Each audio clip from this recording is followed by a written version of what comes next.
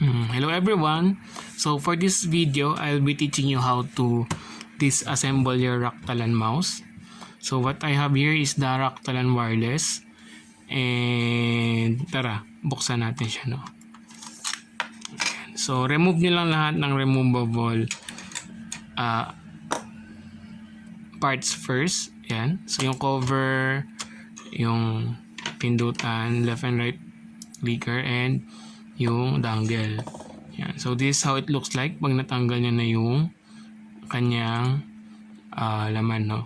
So nandito lang sa ilalim yung dalawang screw.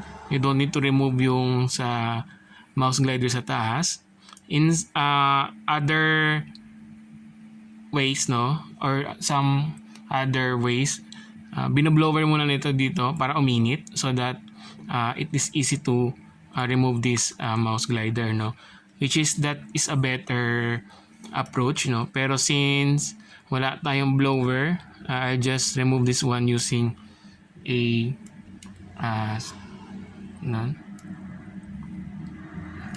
pin, no. Ayan. So once naangat nyo na siya, you can remove this gently so that you can still reuse the mouse glider. Although if you buy this mouse, may kasama na siyang mouse glider, so you don't really need to reuse the old one. But if you want to save, you can reuse it still naman. And so it is using a Phillips screw here. So let's change our flat screw to Phillips screw. Alright. Then we'll just remove yung two screws here below. Make sure to secure the screw once removed para hindi siya mawala. Ayan. So once you remove the screw, you already able to detach, no, the body and the bottom part, no. So to do that, pull nyo lang yung ilalim, dahan-dahan. You have here two locks or clip. So make sure to gently remove it, no, para hindi siya magasgas, no. In case it's hard, you can get some clip or plastic card, no, to use it to pang-angat sa kanya.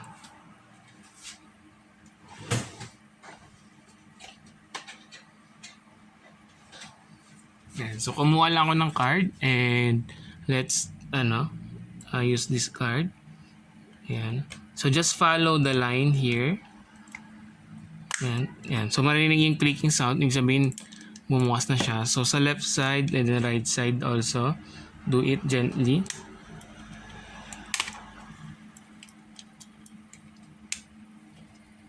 Yan. Gently, yan. So once na-open nyo na siya, don't pull it forcefully, no. Huwag nyo pilitin since meron itong connector wherein it connects the top most of your mouse to the bottom part, no. Since nandito sa part na to yung left and forward button natin, this one, no. Ayan. So don't pull it too much. And here you have your inner part ng Rakk Talan. So itong gitna is the DPI button. Ito nandito, no. In some, if you're using it too much, no, pwedeng ma-misplace siya. So you just need to make sure na nasa place ulit siya. It happened to me one time, no, nawala siya sa place. So kakapindot siguro. So ayan, nabalik ko naman siya. And yeah, there's your mouse, no. And you can remove the pin here. You can pull it here. Pwede rin sa baba, no? Pwede rin dito, yan. So ipupull nyo lang to. Make sure to use the proper tools. Kung may channing kayo, mas okay, or tweezers, mas mabilis lang hilain, no. Yan. Pero you can actually use your finger to do that. Mas mahirap lang. Ayan. So this is the upper up part your Rakk Talan, and this is the lower part. Ayan. So in some review I saw, no, they still do a weight reduction. So they remove this Rakk Talan platform here. Nitatanggal nila to. So this is removable actually. You just need to push it quite hard, no, to remove it from the mouse. Ito. Ayan siya. So, ayan. To do some weight reduction. Yung iba tinatanggal pati yung cover ng battery. And itong platform where the battery is residing to make the mouse more lighter, no? Or to make the mouse lighter lang. Ayan. Para mas gumaan siya. So, it's up to you if you're going to do that. So, sa akin, actually, okay naman. Okay lang sa akin to. Ayan. So, I think that's all, no? And if you're going to put it back, ganun lang din. Kakabit nyo lang muna ito, dito. Ayan. And then, if you're going to put the platform back, lagay nyo lang dito. Or put dito lang sa likod. Ayan. Ayan. Tapos push nyo lang. Dahan-dahan, no?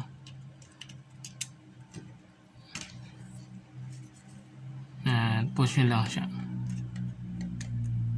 Actually, sa taas pala. Dito pala dapat. Oops. Ayun na bumalik.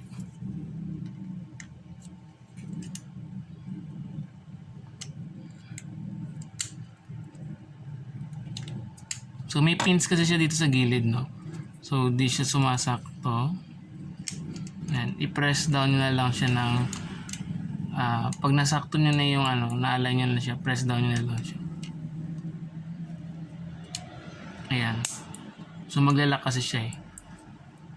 Ayan. So, i-assist nyo lang yung pin para mag-clip dun sa ilalim. Kasi baka, pag naputol yung pin, so wala na siyang lock, no?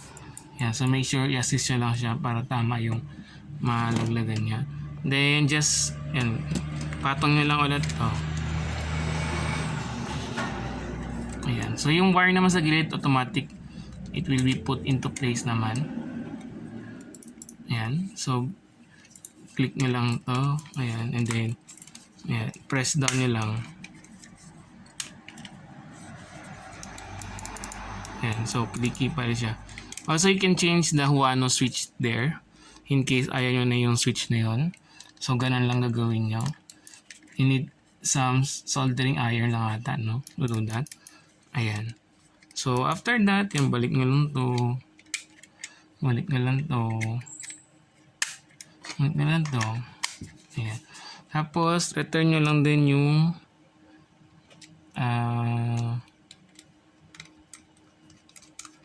screws natin. Ayan, return nyo lang.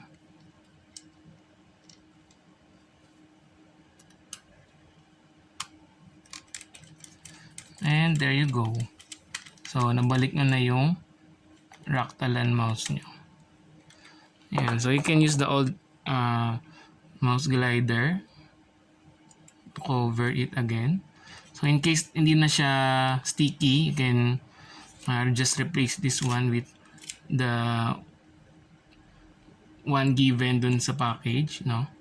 Or you can put some glue siguro if gusto nyo. Pero I think you can just replace it. Ayan. So, there you have it. Your Rakk Talan mouse is back again. So, I hope this video helped you if you're going to disassemble your Rakk Talan mouse. And please like and subscribe for my next review video. So, please like and subscribe for my next video. Ayan. So, thank you for watching, guys. Hindi ko pala na-clip na maayos yun, no? Ayan. So, make sure na-clip nyo siya na maayos. So, you may comment daw yung mga... You may comment down if you have any questions, no? And suggestion or something like that.